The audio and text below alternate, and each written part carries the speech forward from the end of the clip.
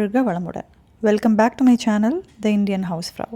இன்றைக்கோட வீடியோவில் பார்த்தீங்கன்னா ஜஸ்ட் ஒரு random cooking day in my life, என்னோடய கேட், அப்புறம் நான் என்ன சமைச்சேன், என்ன சாப்பிட்டேன், எனக்கு என்ன ஞாபகம் வந்தது இந்த நாள் அன்றைக்கி அப்படிங்கிறத தான் பார்க்க போகிறோம். ஸோ இவன் தான் என்னோடய க்யூட்டான கேட் டின்டின். சம்டைம்ஸ் இவன் பண்ணுற சேட்டையெல்லாம் ரொம்ப க்யூட்டாக இருக்கும், செம்ம ஃபன்னியாக இருக்கும். ஆக்சுவலி அவன் ஏன் அதை பண்ணுறான் அப்படின்னு அவனுக்கும் தெரியாது, நமக்கும் தெரியாது. ஆனால் க்யூட்டாக இருக்கான்ல, அதுதான் நமக்கு முக்கியம். ஸோ எப்போல்லாம் ஒரு மாதிரி மனசுக்கு ரொம்ப கஷ்டமாக இருக்கும், இப்போ இவனை கூட்டிகிட்டு வந்து அப்படியே தடவி கொடுக்கும்போதே ரொம்ப தெரப்பியூட்டிக்காக இருக்கும். ஸோ இவன் எங்ககிட்ட வந்து ஒரு 2-3 இயர்ஸ் கிட்ட ஆகிடுச்சுன்னு நினைக்கிறேன். So life is so beautiful with him.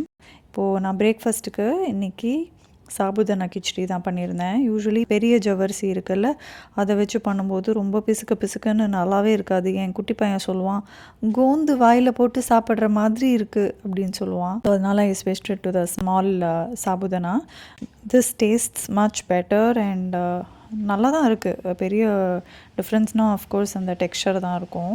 Actual recipe படி பார்த்தா பொட்டேட்டோஸ் ஆட் பண்ணுவாங்க, பட் எனக்கும் என் பசங்களுக்கும் பெருசாக அது பிடிக்காது. எங்கள் வீட்டில் நான் ரசம் எப்போவுமே சொம்பில் தான் பண்ணுவேன்.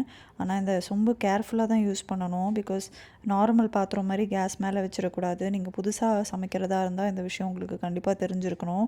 ஏன்னா சொம்புன்றது அந்த மெட்டலே ரொம்ப எக்ஸ்பென்சிவானது, பட் ரசம் அதில் செஞ்சு சாப்பிட்டா செம்மையாக இருக்கும்.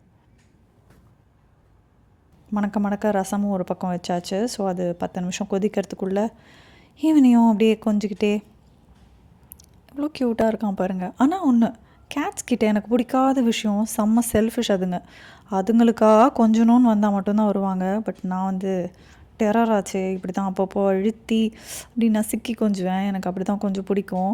அது அவனுக்கு பிடிக்காது. அதை பற்றி எனக்கு கவலை இல்லை.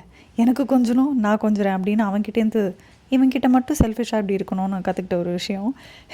எனிவேஸ், இவனை கொஞ்சிக்கிட்டே காஃபியும் குடித்தாச்சு.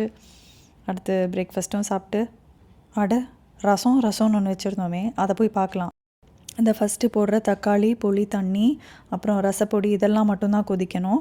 அது நல்ல 10 நிமிஷம் பச்சை வாசனை போகிற வரையும் கொதிச்சதுக்கப்புறம் பருப்பு தண்ணி எல்லாம் விட்டு லேசாக பதைய வைக்கணும்னு சொல்லுவாங்க. இந்த மாதிரி பபுளாக வருது பார்த்திங்களா, அந்த மாதிரி வந்ததுக்கப்புறம் இறக்கிடணும். நீங்கள் புதுசாக சமைக்கிறதா இருந்தால் இந்த மாதிரி வித்தையெல்லாம் காட்டுறேன்னு அப்படி பாத்திரத்தோட விளிம்பு வரியெல்லாம் வைக்காதீங்க. நான் பண்ணுறதே கொஞ்சம் ரிஸ்க்கு தான், பட் எனக்கு பழகி போச்சு. ஸோ சேஃபாக எடுத்து ரசத்தையும் ஓரமாக வச்சாச்சு.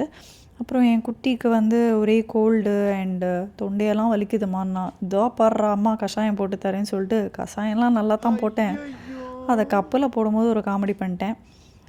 அடுத்து லன்ச் பண்ணணும்ல, ஸோ லஞ்சுக்கு இன்றைக்கி ரசம் பண்ணியாச்சு. கொஞ்சோண்டு வெத்த குழம்பு இருந்தது. ஸோ அதோட முருங்கைக்கீரை பண்ணலாம் அப்படின்னு சொல்லிட்டு முருங்கைக்கீரை பண்ணுறதுக்கு ரெடி பண்ணிட்டேன். என்னமோ தெரில, எனக்கு இன்றைக்கி சமைக்கும் போது என்னோடய அம்மா ஞாபகம் தான் வந்தது. அதுவும் கீரையாச்சே, அம்மாவை நினைக்காமல் எப்படி இருக்க முடியும்? அதுக்கு ஒரு கதை இருக்குது. என்னோடய அம்மா வந்து ஒரு ஹார்ட் பேஷண்ட். அவளுக்கு என்ன தான் பிரச்சனை இல்லை அப்படின்னு கேட்குற மாதிரி ஏதாவது ஒரு பிரச்சனை அவள் லைஃப் ஃபுல்லாக வந்துகிட்டே இருந்துச்சு. என்னோடய ஹோல் லைஃப்பையும் புரட்டி போட்டு பார்த்தா எங்களை விட்டு அவள் எப்போயோ போயிருந்துருக்கணும். ஆனால் ஒரு 6 வருஷம் முன்னாடி தான் போனாங்க. ஸோ அவங்க எல்லாத்தையும் பார்த்துட்டாங்க, எல்லாம் ஹாப்பியாக இருந்தாங்க. கம்மிங் பேக் டு திஸ் கீரை ஸ்டோரி, அவங்க வந்து ஹார்ட் பேஷண்ட்டுன்னு சொல்லியிருந்தேன் இல்லையா, ஓப்பன் ஹார்ட் சர்ஜரி ஆயிருந்தது. ஸோ விட்டமின் கே என்ரிச் ஆகிருக்கிற எந்த வெஜிடபிள் அண்ட் ஃப்ரூட்ஸ் அவங்க சாப்பிடக்கூடாது. இந்த கீரை வந்து அவங்களுக்கு ரொம்ப ரொம்ப ரொம்ப ரொம்ப பிடிக்கும்.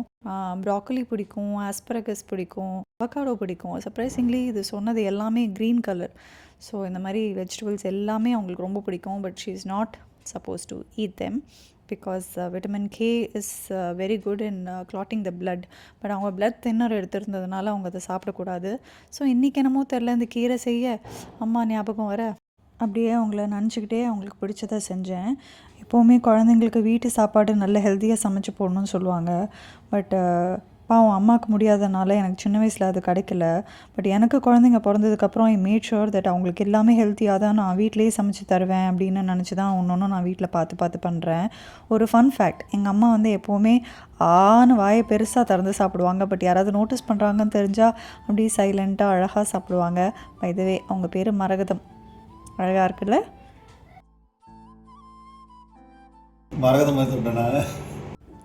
என் பையன் இப்போ சாப்பிட்டது அப்படியே என்னோடய அம்மா மாதிரியே இருந்தது. என் ஹஸ்பண்ட் கிண்டல் பண்ணுறாரு. அந்த அழகான அம்மாவை இப்போ பார்த்துடலாமா?